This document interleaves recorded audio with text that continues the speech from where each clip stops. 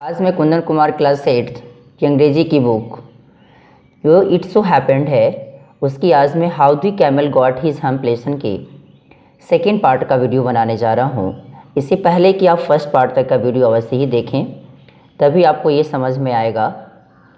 जैसे पीछे वाले वीडियो अर्थात इसी पार्ट से पहले वाला जो पार्ट जिसमें बनाया हूँ उसमें आप देखे थे कि very good said the Djinn I will hump if you will kindly wait a minute, अर्थात चलो बहुत अच्छी बात है। जीन ने कहा यदि तुम लोग मिनट भर इंतज़ार करो तो मैं उसे व्यस्त कर ही दूंगा। यहाँ तक पीछे वाली क्लास में आप देखा था। इसके बाद यहाँ से मैं शुरू करता हूँ। The djinn remonstrated with the camel. यहाँ रिमॉन्स्ट्रेट मतलब होता है शिकायत करना, उसी पास्ट टेंस में चला गया है ये। तो the djinn remonstrated with the camel who shed hump. Djinn ने क्या किया कि ऊँट से शिकायत की। With the camel who shed hump, जो बार बार जो केवल हम्प ही कहा करता था। The camel's beautiful back suddenly grew a lump which was the camel's hump. अब क्या होता है कि कैमल की जो सुंदर सी पीठ रहती है, अचानक एक उसमें क्या उगाता है, तो एक उभार उगाता है। लंप लंप मतलब उभार होता है, उठा हुआ part. Which was the camel's hump, क्योंकि वही क्या जाके बन गया, तो वही जाकर एक ऊँट का कुवर कहा गया। और the gene assured the camel his hump would always be a help not a hindrance. यहाँ हिंड्रेंस मतलब बाधा होता है, एश्योर्ड मतलब विश्वास दिलाना। वो कहते हैं जीन ने ऊँट को ये विश्वास दिलाया कि उसका जो कुवर है अर्थात उसका जो हम्प है वो उसके लिए हमेशा क्या होगा, तो एक सहायक सिद्ध होगा, न कि एक बाधा बनकर उसके लिए रहेगा। उसके बाद the djinn rolled himself in his dust cloak and took a walk across the desert. अब जीन ने स्वयं को, जीन रोल्ड हिमसेल्फ नहीं, जीन ने स्वयं को धूल के एक जो यहाँ क्लोक है, क्लोक मतलब लवादा होता है, धूल के लवादे में ढक लिया, rolled, and took a walk across the dessert. और क्या किया कि मरुस्थल में थोड़ी दूरों तक पैदल घूमने लगा। यहाँ रोल्ड है, रोल्ड मतलब ढक लेना भी या फिर घूमने लगना भी, ऐसे इस प्रकार से भी लगा सकते हैं, लेकिन रोल्ड का मतलब यहाँ ढक लेना का ही सेंस लगाइएगा, ज़्यादा बेहतर है। And found the camel looking at his own reflection in a pool of water. अब क्या किया, और उसने ऊँट को अपनी परछाई में, रिफ्लेक्शन मतलब परछाई होता है, अपनी परछाई में कहाँ देखते हुए पाया, तो पूल ऑफ वाटर में। बोले तो जो जहाँ पे कह सकते हैं इसको, जहाँ पर भी पानी का पूल था उसी में उसे एक अपनी क्या पाया, तो उसकी परछाई पाया। रिफ्लेक्शन मतलब परछाई होगा। My friend said the djinn, djinn ने कहा कि मेरे दोस्त, अरे मित्र, what is this I hear of you doing no work. अरे मैं तुम्हारे काम न करने के बारे में क्या सुन रहा हूँ कि तुम काम नहीं कर रहे हो। The gene sat down with his चीन इन हिज हैंड। जीन अपनी ठुड्डी पे, चीन चीन मतलब ठुड्डी होती है, चीन इन हिज हैंड, जीन अपनी ठुड्डी पर हाथ रखते हुए बैठ गया। While the camel looked at his own reflection in the pool of water.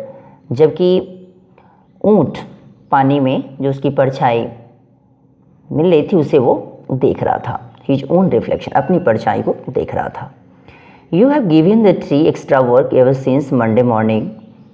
अब कहता है कि तुमने अपने, जो तुम्हें कितने काम मिले हैं, all on account of your idleness said the djinn. Djinn ने कहा कि तुमने अपने आलस के कारण, नहीं, योर आइडलनेस, आइडलनेस को तो आलसपन होता है, तुमने अपने आलसपन के कारण सोमवार से, सिंस मंडे मॉर्निंग, सोमवार सुबह से लेकर अभी तक कोई काम नहीं किया। अर्थात तुम्हें जो 3 वर्क दिया गया था, 3 एक्स्ट्रा वर्क, तुमने एक भी काम नहीं किया। और सेड द जीन ने कहा and he went on thinking with his चीन इन हिज हैंड। और जीन ने कहा और अपनी ठोड़ी पर हाथ रखे बेचारा वो सोच रहा था। कौन, तो जीन। नहीं, इसी के जस्ट अब नेक्स्ट पेज पे चलता हूँ। हम्फ सेड द कैमल, तो ना फिर कैमल ने कहा humph I shouldn't say that again if I were you, said the djinn. क्या यदि मैं तुम्हारी जगह होता, if I were you, if I were you का मतलब होता, ये एक सपोजिशनल सेंटेंस है, इसका मतलब होता इफ़ आई वर यू, अगर मैं तुम्हारी जगह होता तो मैं ऐसे दोबारा ना करता। आई शुडंट से दैट अगेन, मैं इस प्रकार की बातें कभी नहीं कहता दोबारा, वो भी जीन ने कहा। You might say it once too often, अब तुम्हें कम से कम एक बार तो काम करना ही चाहिए था। I want you to work, मैं चाहता हूँ कि तुम काम करो। And the camel said humph, पुनः फिर कैमल पुनः फिर हम्फ कहा। और इतना ही नहीं, again but no sooner had he said if then he saw his back that he was so proud of puffing up and puffing up into a great big hub. फिर यहाँ पफिंग अप है, उठते हुए उभरते हुए का sense यहाँ लगता है, परंतु जैसे ही उसने ऐसा कहा, उसने जो उसकी अपनी पीठ पर क्या हुआ, तो जिस पर उससे बड़ा ही क्या था, that he was so proud of, जिस पर उससे बहुत ज़्यादा ही क्या था, तो घमंड था, अभिमान था। पफिंग अप उभरते हुए, एंड पफिंग अप और उभरते हुए, इनटू अ ग्रेट बिग हम, उसके ऊपर एक बड़ा सा कुबर दिखाई दिया।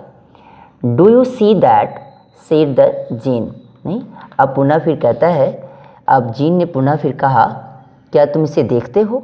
जीन ने कहा, that is your very own humph that you have brought upon your very own self by not working, यह तुम्हारा वही कुवर है, हम्फ वही, यह तुम्हारा वही कुवर है जिसे तुमने काम न करने की वजह से, जो स्वयं को तुमने खुद ही बनाया है, upon your very own self by not working, नहीं काम करने की वजह से।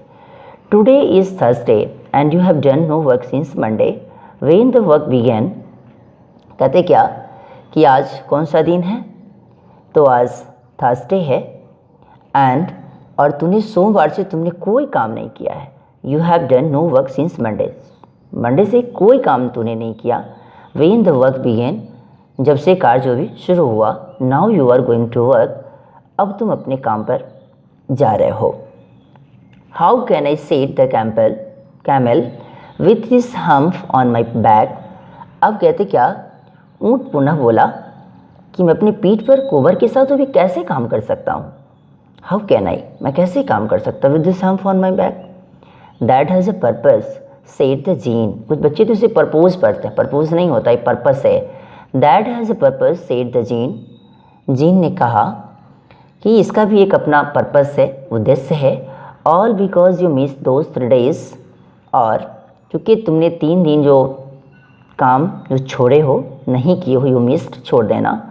You will be able to work now for 3 days without eating, अब जानते हो कि अब तुम बिना खाए 3 दिनों तक क्या अब इसके योग्य हो जाओगे। Will be able to work, नहीं विदाउट कुछ खाए हुए। Because you can live on your humph and don't you ever say I never did anything for you, और इतना ही नहीं, क्योंकि तुम अपने कुंवर के सहारे क्या कर सकते हो, you can live on your humph, तुमने कुंवर के सहारे तुम जी सकते हो। And don't you ever say I never did anything for you, और इतना ही नहीं, और तुम यह भी नहीं कह पाओगे कि मैंने तुम्हारे लिए कभी कुछ नहीं किया है। Come out of the desert and go to the tree and behave, चलो इस मरुस्थल से बाहर निकलो, डिजर्ट से बाहर निकलो, और किसके पास जाओ, गो टू द ट्री, वो तीनों के पास जाओ। एंड बी हैव, जाकर क्या करो, अपनी आदतों में जाकर सुधारो और जाकर उसके साथ काम करो। And the camel went away to join the tree, थोड़ा सा इसको आगे बढ़ाता हूँ।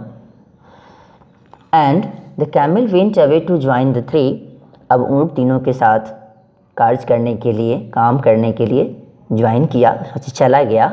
And from that day at to this the camel always wears a humph, we call it humph now not to hurt his feelings, अब कहते उस दिन से आज तक ऊँट हमेशा क्या लिए, तो कुंवर को धारण करता है, नहीं आज भी धारण करता हुआ, जिसे आज वी कॉल इट हम, जिसको आज हम इसे क्या कहते हैं, आज उसे हम कहते हैं। Now not to hurt his feelings, ताकि उसकी भावनाओं को चोट ना पहुँचे इसलिए।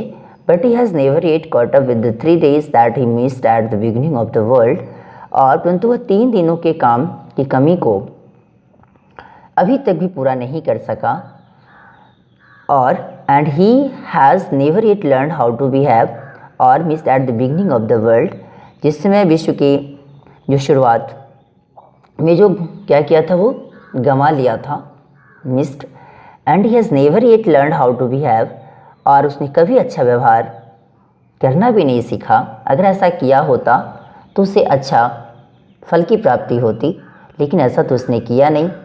लोगों को लगता है कि मैं आलस कर लूँगा या फिर कुछ ऐसा करूँगा तो उसके फ़ायदे ही मिलेंगे, लेकिन ऐसा नहीं होता, उसका नुकसान इंसान को मिलता है। जैसे कि अभी आप यहाँ देख भी रहे हैं कि कैसे कैमल के साथ कितना बड़ा नुकसान इससे मिला, ज़िंदगी भर के लिए उसे कुबर मिला का मिला रह गया। और ये आज आपका ये चैप्टर पूर्ण रूपेण कंप्लीट खत्म हुआ। और ये वीडियो आपको कैसा लगा इसके बारे में लाइक, सब्सक्राइब एंड कमेंट करना ना भूलें, और इसे शेयर भी करें ताकि ज़्यादा से ज़्यादा बच्चा इसे देख सके। Thanks a lot.